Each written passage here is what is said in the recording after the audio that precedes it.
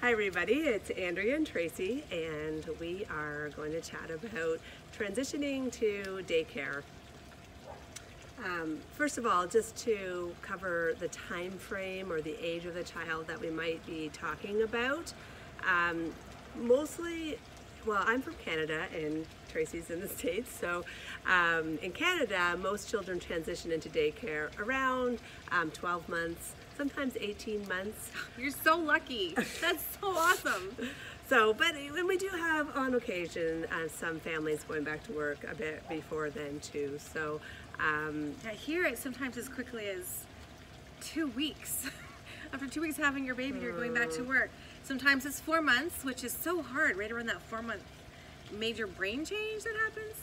That's so difficult. Some moms are lucky and they can stay home 6 weeks or longer, or they quit their job, or they take a leave of absence, they don't get paid for a whole year, and then they go back to work. So all kinds of scenarios here.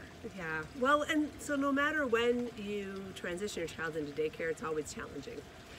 It's always hard, and you know, it is a separation, and so there's ways of helping ease that separation. A lot of families are worried about napping at daycare. Yeah, what if the daycare provider wants to put your child on a totally different schedule than you're doing? Or what if your child will only nap in your arms?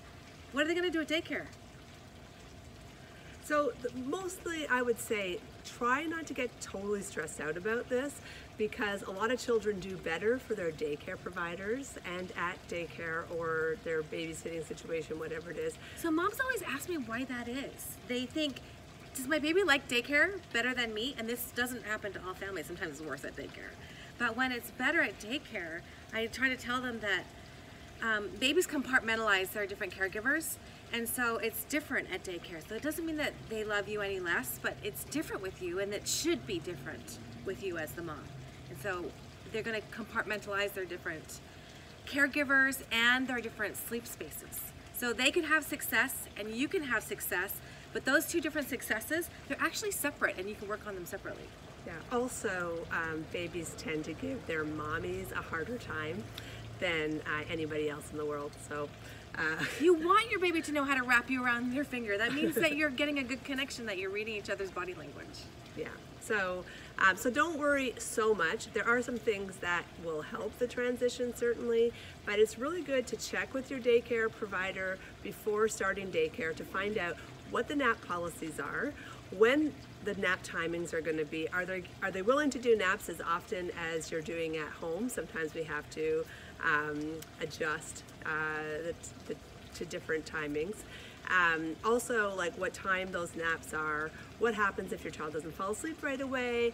A lot of daycares will, at least initially, do some back padding or rubbing to help a child fall asleep, and try to ease them into falling asleep more independently. Which is so great, because when you're going through a change like that, extra attention is appropriate. Yeah, absolutely. There are a couple things also that might make naps a little bit easier at daycare. So first of all, there's more sleep pressure. There's more stimulation. So we know that when children are learning, they need to sleep to process that. And so with lots of children around, and there might be some actual programming that is structured, those are all things that will make them tired. And so this helps with the problem that a lot of daycares do the naps really early, or they go down to one nap. It could start anywhere between 11 o'clock or 12:30, and if you're down to one nap and you're having it really early, that usually makes the child really tired in the evening, and that can cause some issues. But the good news is that with the early nap, your child is probably going to nap well at daycare because of the increased sleep pressure. There's also the fact that all the other children are doing it at the same time. Peer pressure at 12 months old. So, and so you can adjust. Now, one thing I always tell my clients is you don't have to do the same thing at home that you're doing on daycare days. Just because your child is forced to fit into this schedule that may not be ideal for them during the week, on the weekends you can consider them makeup days. And so you can do the schedule that works best. Now, a lot of families tell me that their child sleeps beautifully at daycare. It's at home that they have the problem. And so I normally would tell them, like, don't try to do the the home nap at the same time. Wait maybe an hour later to increase that sleep pressure so that they're more likely to fall asleep easily. Yeah, read your baby's body language. Follow the tired signs. That's always a good rule of thumb. I'm going to encourage the daycare to follow the tired signs, and when they're at home, even if they're napping at 11 or 12, but they're not showing tired signs at home until 1 o'clock, that is totally fine. Yeah. We should also mention that, I mean, we have a lot of clients who have issues that we've helped them through. Even though the daycare might have certain policies, a lot of times they are willing to adjust their policies if they get a lot of pushback or if they can see that it really isn't working for the child. So try to keep that in mind, that there may be some flexibility there. Communicate. Yeah. Get a report, have them tell you what happened, what time did they nap, and if they don't know, that might be a red flag. You can even get them to text you when your child is going down for a nap. Every time they eat or going for a nap, have them text you if they'll be flexible about that, just to hold them accountable because you pay them. Also, when they wake up, it will be really helpful because you might notice in the evening that they're starting to get really cranky very early, and so there might be a correlation between how long they're awake for and when they need to go to bed, and when an ideal time would be to put them to sleep. So have you ever heard the concept of time babies versus interval babies? No. This might be something that I made up. I think I know what it is, but... Okay, so a time baby is a baby that is always ready for bed at the same time, kind of regardless of how the naps go. So they're always ready for bed at 7, or they're always ready for bed at 7:30. Right. And even if the naps kind of fluctuate, they always show the tired signs at the right time. So that's a time baby.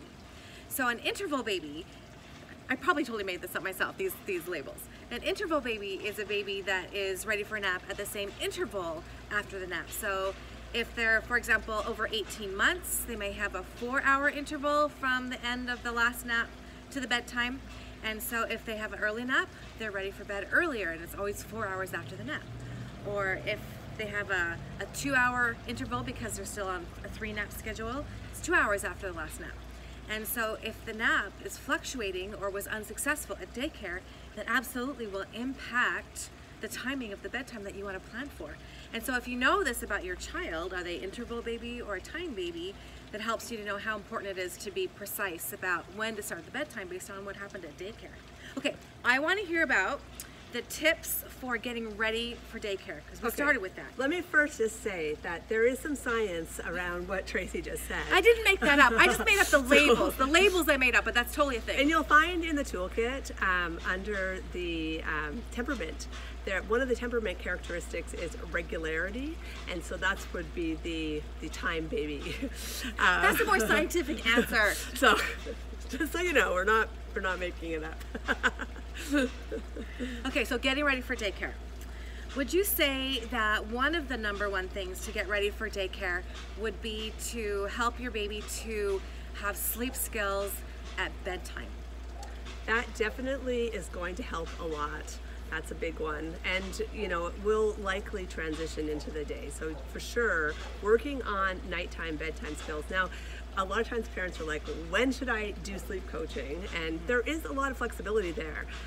But you know, at least a week before you start your child in daycare is good, like at least a week. So try to prepare your child a little bit so that it's not all happening at the same time. The week. Can I have 2 weeks? 2 weeks before daycare? Oh, 3 weeks? Like I said, at least a week. A month, you know, even better. Depends on the timing though. A 2-week-old baby going into daycare, that isn't something that you can work on. Sleep skills? No. At 2 weeks, no, you get what you get. You just figure out what your baby can do and you kind of roll with it.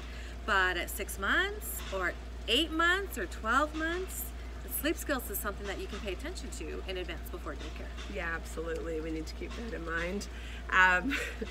So the week that you start daycare, or the few weeks, probably even the first month of daycare, is a really bad time to make changes to your sleep.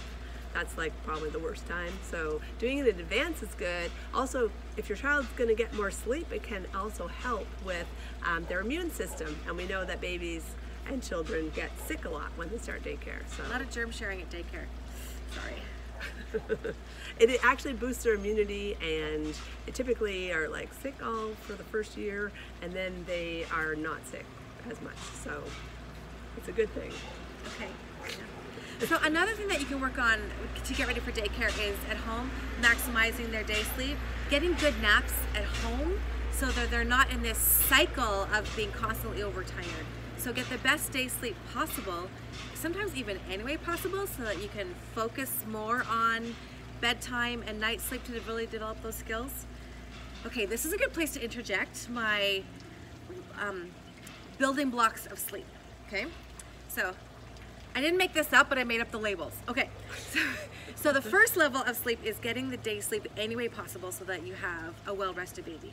Then the next block is working on bedtime so that they can develop some strong sleep skills and sleep skills independence. And then the next block after that, here, put your hand on top of mine, you're the next block. Then the next block after that is working on nap skills. So get the naps any way possible, work on bedtime sleep skills, and then work on nap skills. And if you have these first two pieces before they go to daycare, this piece is easier. You agree? Yeah, absolutely. Yeah. Everything's easier at bedtime, so it's a great place to start. All right, so what happens if your daycare does not nap your child at the same time? That's okay. But if you can encourage them to watch the body language, and if what they're doing is working, and your child is getting rested, and they're getting enough sleep cycles, then it's okay. One thing I noticed also is a lot of daycares are cutting out the first nap really early. Oh, at the 12 months, they move the 12-month-olds. As soon as you have that birthday, they're in the toddler room.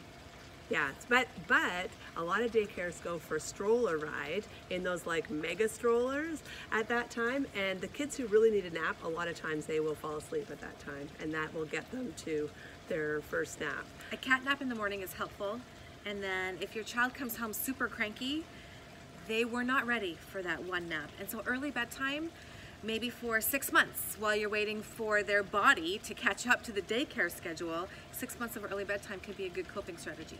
Yeah, and most children go down to one nap in between 15 and 18 months. But even if you're just down to one solid nap, you may still find that because the nap is early, that there is this long gap at the end of the day where your child is going to cycle through this overtiredness. So what would you suggest in that case? Oh, could you get a cat nap in? On the way home? On the way home from daycare in the car. Like, and if they drive around the block and if they fall asleep just as you're about to drive into the driveway, okay, just go on past your house and just keep driving. See, a 10-minute cat nap can make a huge difference. Yeah. And if that always fails and doesn't work, then early bedtime. And if that's still not working, okay, then you can pull out the mama bear and see if you can change daycare. Yeah. And on the weekends, do what works the best for you and your family, not what the daycare does. But it can be really challenging, that long wakeful window. So just an idea about what happens. So when your child gets to their wakeful window where they're going to be tired, if you can't get them to bed at that time, because for some children it happens at like 5:30, and that's impossible because you're still on your way home or you just got home. And so what happens is when the child enters that overtired zone, or in research is called the wake maintenance zone, they get this burst of energy for about 40 to 60 minutes, and that's a really hard time to put your child to sleep. I call that a cortisol rush. Yes. Did I make up that label? No. No, I got that from you, right? Someone else? There's research on that. So we have this cortisol and adrenaline rush, and then a dip in energy, and you might be able to get your child to sleep at that time, and if not, you're entering this next cortisol rush. And so this cycling can happen for 2 to 3 hours. So if you're finding bedtime really challenging and your child's not falling asleep for a while, you might want to just wait until they're really good and tired, and once you get through that 2 to 3 hours, then you have this complete and utter exhaustion, and that might be how you have to go for now.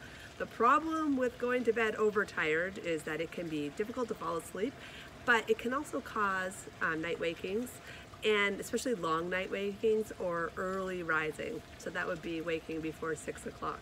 All that cortisol, I love to explain it that all that cortisol gives you that 45-minute burn-off period, but there's a residual effect.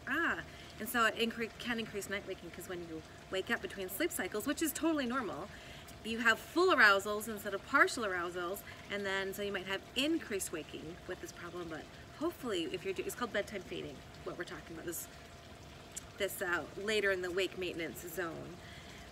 So hopefully, if that works, it makes your bedtime easier. But if it increases the nighttime waking, it's all about the cortisol. It's just a cortisol response.